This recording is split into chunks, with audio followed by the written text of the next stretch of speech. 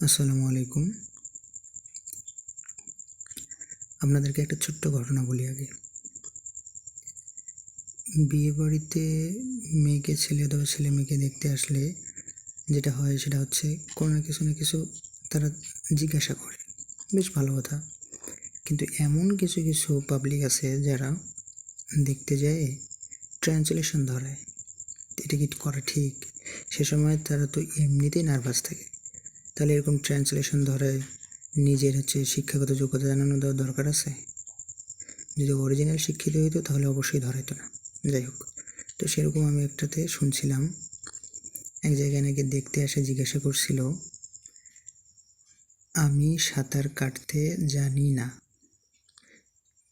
তো উনি তো আসলে নিজেই একটু নার্ভাস আছে, কেমনে এটা আবার জানা থাকলেও সে বলতে পারবে কি না পারবে এটা নিয়ে সন্দেহ। যাই হোক, সে নাকি বলতে পারেনি। তখন আমি বলছিলাম যে আমাকে যদি ডাকতো তাহলে ভালো হইতো ওই সময়, তাহলে আমিও তাদেরকে পাল্টা একটা ধরাইতাম। তো মনে মনে যেটা ভাবছিলাম যে কি ধরাবো, সেটা ধরাইতাম, ফুলটি ফুটি ফুটি করিয়াও ফুটিল না। তাহলে কেমন হইতো বলেন তো আপনারা? কমেন্টে জানাবেন। এখন কথা হচ্ছে, আমি সাঁতার কাটতে জানি না। I don't know how to swim. এটার মধ্যে বিষয়টা হচ্ছে যে জানি না। এই জানি না বলতে আমরা কোনো কিছু জানি না বলতে কোনো তথ্য জানি না এমনটা না। এই জানি না বলতে আমরা কোনো কাজটা করতে পারি না, বা এই কাজটা কীভাবে করতে হয় জানি না। যদি আমরা কোনো কাজটি করতে হয় জানি না এরকম বোঝায়, তাহলে সব সময় হবে হাউ টু। হাউ টু জানি না যদি হয় তাহলে হাউ টু নো।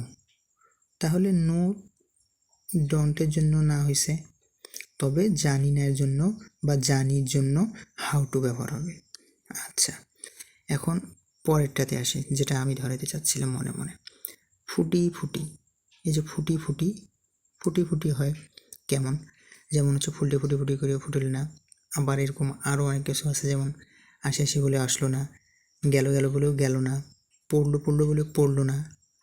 এরকম অনেক কিছু আছে, আপনারাও পারবেন। যখন এরকম হবে হবে বলে হইল না, এরকম কোনো কিছু বোঝাবে, তখন এটার ক্ষেত্রে ব্যবহার হবে অ্যাবাউট টু। ব্যবহার হবে অ্যাবাউট টু। এইটুকু মাথায় মনে রাখতে হবে যে ফুটি ফুটি মানে হবে হবে, এসব ক্ষেত্রে অ্যাবাউট টু।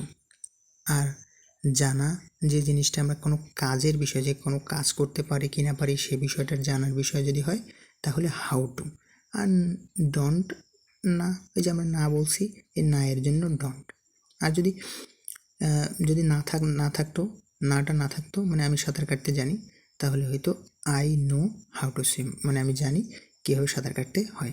আসলে এই যে বুঝাইছে, আসলে আমরা কোনো কাজ পারি বা না পারি সেটা জানি না বা জানি, এটার ক্ষেত্রে হাউ টু। আর ফুটি ফুটি হবে হবে এরকম যদি বুঝায়, পরপর একই শব্দ পরপর বসে কোনো কিছু বুঝায়, তাহলে সেটা হচ্ছে অ্যাবাউট টু। আশা করি আপনারা বুঝতে পেরেছেন। এরকম নতুন নতুন কোনো কিছু জানতে অবশ্যই আমাকে কমেন্টস করবেন। আসসালামু আলাইকুম।